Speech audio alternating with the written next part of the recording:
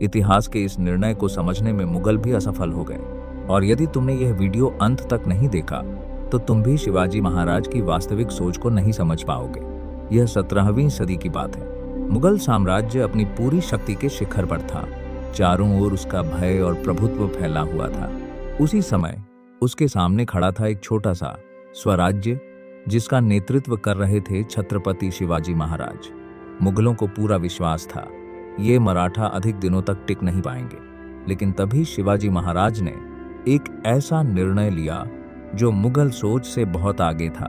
जब मुगल युद्ध करते थे तो उनका उद्देश्य होता था नगरों पर अधिकार करना, खजाना लूटना और लोगों पर शासन करना। परंतु शिवाजी महाराज ने इसके बिल्कुल विपरीत मार्ग चुना।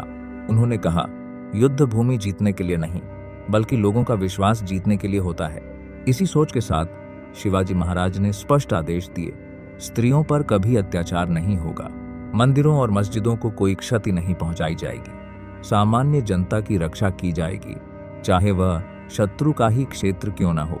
जब उनके सैनिक किसी शत्रु नगर पर विजय प्राप्त करते तो किसी निर्दोष व्यक्ति को हाथ तक नहीं लगाया जाता था। ये बात मुगल कभी समझ ही नहीं पाए। उनके लिए युद्ध का अर्थ था भय, लेकिन शिवाजी महाराज के लिए युद्ध का अर्थ था मर्यादा, परिणाम और प्रभाव। इस निर्णय का प्रभाव क्या हुआ? जहां जहां मुगल सेना जाती वहां लोग भय के कारण भाग खड़े होते, लेकिन जहां शिवाजी महाराज की सेना पहुंचती वहीं लोग स्वयं सहायता के लिए आगे आते।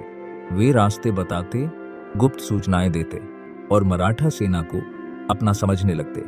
मुगल केवल यही कहते रह गए, ये बिना अत्याचार के जीत कैसे रहा है? और शिवाजी महाराज लगातार जीतते चले गए। लोगों के दिल इसीलिए कहा जाता है शिवाजी महाराज केवल एक योद्धा नहीं थे, वे एक राष्ट्र निर्माता थे।